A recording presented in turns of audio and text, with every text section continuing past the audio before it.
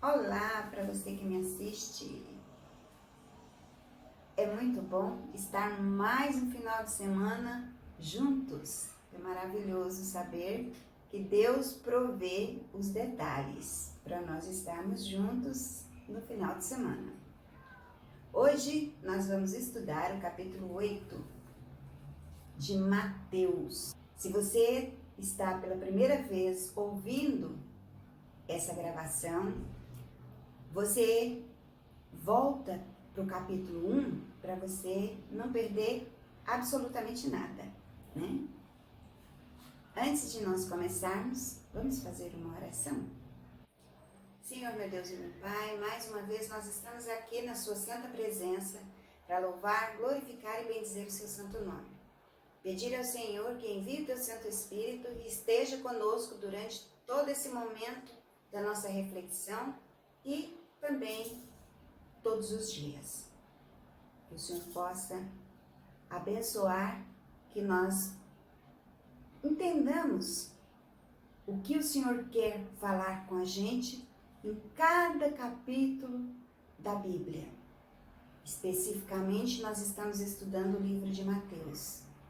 Que nós possamos colocar em prática, em nome de Jesus. Amém.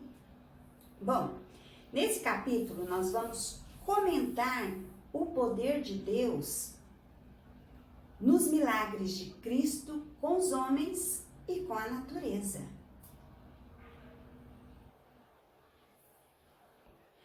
Nós vimos nos capítulos de 5 a 7 a parte teórica, as orientações que nós recebemos para que nós fôssemos verdadeiros cidadãs dos céus. Como assim? Nós estudamos normas e princípios que nós devemos seguir para estar juntinho de Jesus. E ficou bem claro que para Jesus as palavras e os atos são igualmente importantes. Ou seja, todas as normas e princípios que nós aprendemos, nós não vamos guardar para nós. Nós vamos estar repassando para outras pessoas também entenderem, compreenderem e colocar em prática, né, todos os dias da vida da pessoa que a gente falar a respeito disso. Quando nós fazemos isso, nós estamos juntos, né, nos preparando para chegar na Nova Jerusalém. Nós sabemos que o caminho é árduo, não é fácil, mas com Cristo no barco tudo vai bem e nós vamos aprender cada vez mais. E como é lindo, como é maravilhoso nós vermos a quantidade de milagres que Jesus fez em prol da humanidade aqui na Terra. E nós aprendemos muito com ele, né? Nós tiramos muitas lições de milagres, de curas, de libertação. E tudo isso é tão magnífico e é tão agradável nós estarmos estudando essa palavra todos os dias, né? Principalmente quando chega o final de semana, que nós podemos estar juntos. Lá no primeiro milagre do capítulo 8, começa com um leproso. Sim, um leproso. Esse leproso, ele estava à margem da sociedade. Por quê? Porque eles não podiam estar junto com as pessoas. Provavelmente ele estava todo coberto, com a cabeça coberta, o rosto, né? Para que as pessoas não vissem que ele era leproso. Caso contrário, ele seria apedrejado até a morte, porque ele não poderia estar ali no meio. Mas ele ouviu falar de Jesus, ele ouviu falar dos milagres de Jesus. Então ele foi atrás de Jesus. E chegando, conseguindo estar ali com Jesus, ele disse a Jesus: Senhor, se quiseres, podes purificar-me. Olha que interessante. Jesus queria que ele ficasse curado? Claro. Jesus sempre quer que nós sejamos curados, que nós sejamos libertos, para que nós estejamos bem. E esse leproso, ele acreditou que ele ficaria purificado daquela lepra. O que Jesus quis nos ensinar aqui? Que nós não podemos fazer acepção de pessoas. Pelo contrário, nós precisamos incorporá-los à sociedade. Geralmente a gente assim, não tem muito essa graciosidade de estar perto de pessoas com algum tipo de problema. Nós não temos essa graciosidade de compreender o nosso semelhante, de saber que mesmo com toda dificuldade, ele também tem o direito, ele também tem como chegar-se a Deus para receber a bênção de Jesus. E o que nós deveríamos fazer? Nós deveríamos trazê-los para junto de nós. Quantas pessoas chegam à igreja, por exemplo, necessitados de uma cura emocional ou de uma cura física? Nós precisamos entender que apesar da situação, nós precisamos acolher essas pessoas e colocá-las bem pertinho de Jesus. Esse leproso foi curado. Ele recebeu a cura. E o que ele fez? Logo que ele foi curado, ele adorou a Jesus. Ele adorou o mestre. Eu imagino assim que ele ficou saltitante, né? Nossa, tô curado. Glória a Deus. Isso é bom demais. Jesus é muito bom. E o mesmo que ele fez pelo leproso, ele pode fazer por você ainda hoje. Já no segundo milagre, não foi uma pessoa à margem da sociedade. Foi alguém da sociedade. Um centurião. O que era um centurião? Era um soldado romano. Esse centurião pertencia a uma hierarquia militar romana e era o sexto na cadeia do comando de uma legião. Legião hoje para nós é batalhão, né? Era o oficial responsável por comandar uma centúria. Se fosse nos dias de hoje, era aquele responsável pelo batalhão. E dava ordens.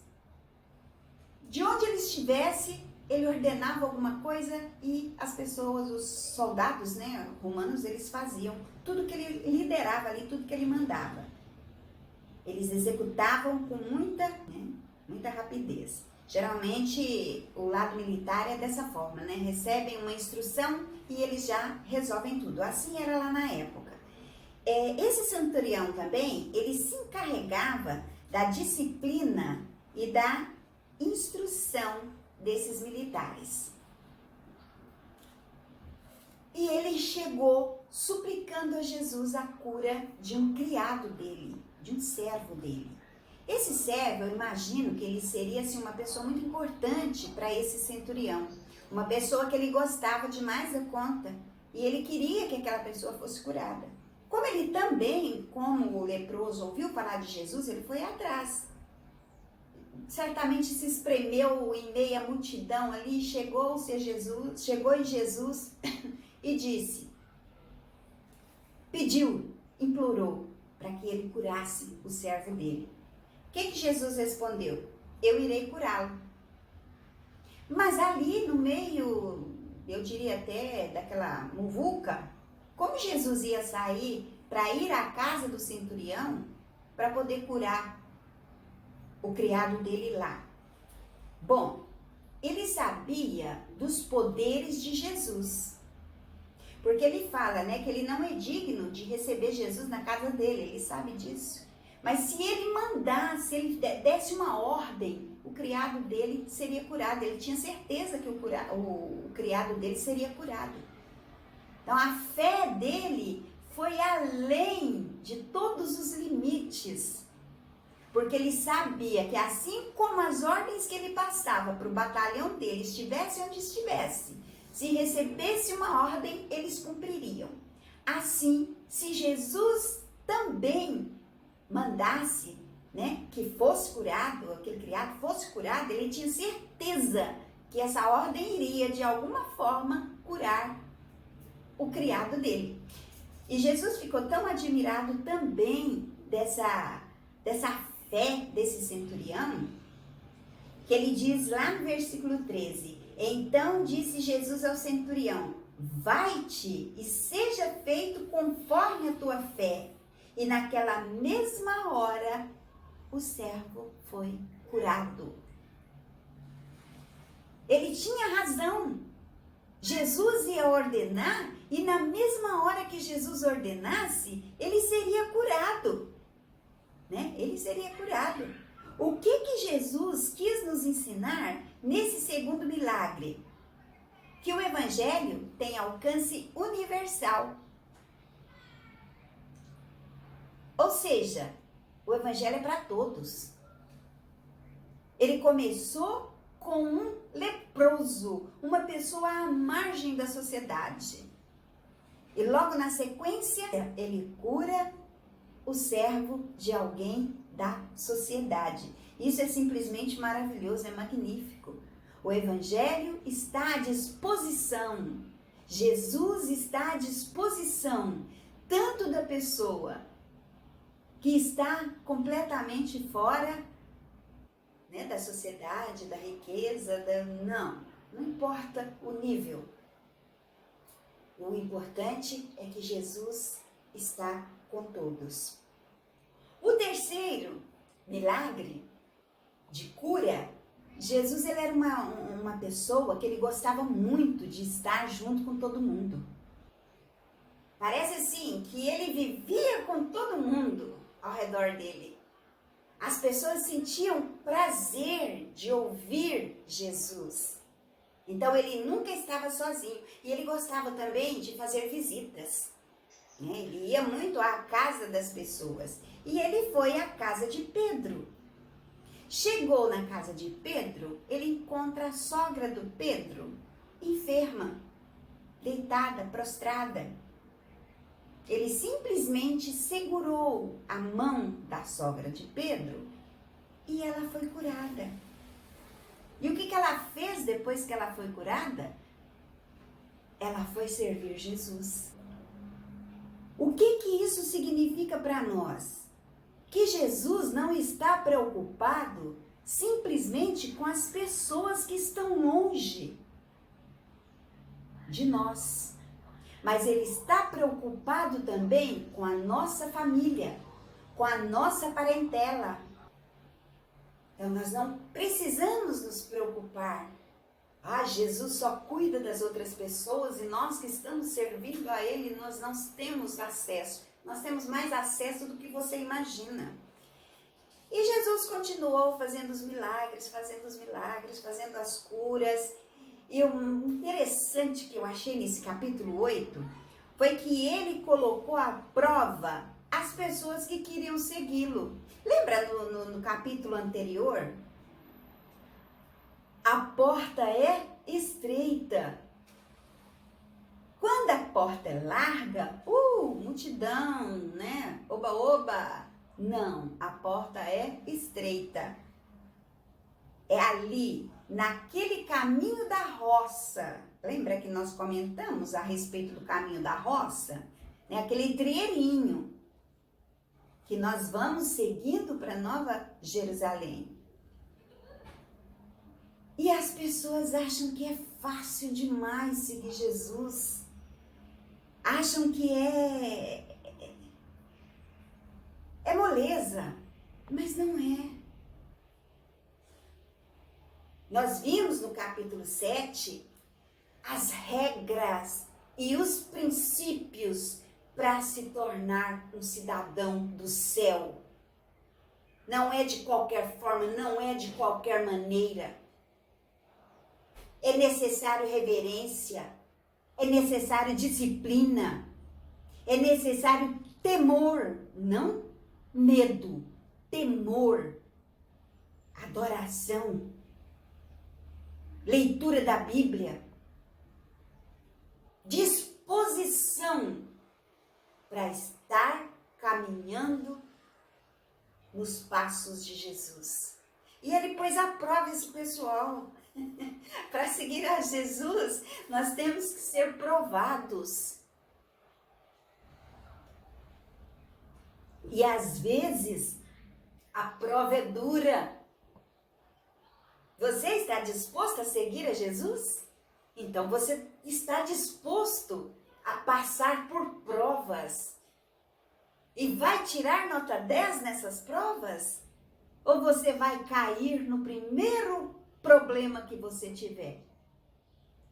Aqui não está escrito que nós, quando aceitássemos Jesus, nós iríamos viver uma maravilha. Pelo contrário, está escrito: no mundo tereis aflições, mas tem de bom ânimo. O que ele deixou nas entrelinhas? Que ele venceu e nós venceríamos com ele também. No quarto milagre, Jesus cura 2 homens. Eu falo que essa cura é uma cura de libertação. Jesus liberta 2 homens endemoniados. Lembra lá do texto? Para você que leu o capítulo 8, os demônios também, né, eles têm, eles reconhecem a autoridade do mestre. Quando Jesus se aproximou, eles questionaram o que é que o Filho de Deus tinha com eles, né? O que é que tinha com eles? Por que ele estava ali? Aí perguntou também para Jesus se ele permitia que eles incorporassem os porcos lá. E o que aconteceu? Eles caíram no despenhadeiro, caíram no mar e morreram, claro. Então, o que Jesus quis nos ensinar com isso? Que Jesus exerce autoridade também no mundo sobrenatural e invisível. Jesus não age só no mundo natural, ele age também no mundo sobrenatural. E por último, nós vemos Jesus na natureza. Então não é só com o homem que ele tem poder na natureza. Ele ensina que a natureza obedece às suas ordens. Quando ele ordenou que uma tempestade, uma forte tempestade, se acalmasse. Você precisa de cura? Você precisa de libertação? Leve para Deus o seu pesar e confie que no tempo dele, com certeza, ele agirá. Assim como ele agiu com o leproso, com o centurião, com a sogra de Pedro, com os gadarenos lá, os endemoniados, e com a natureza.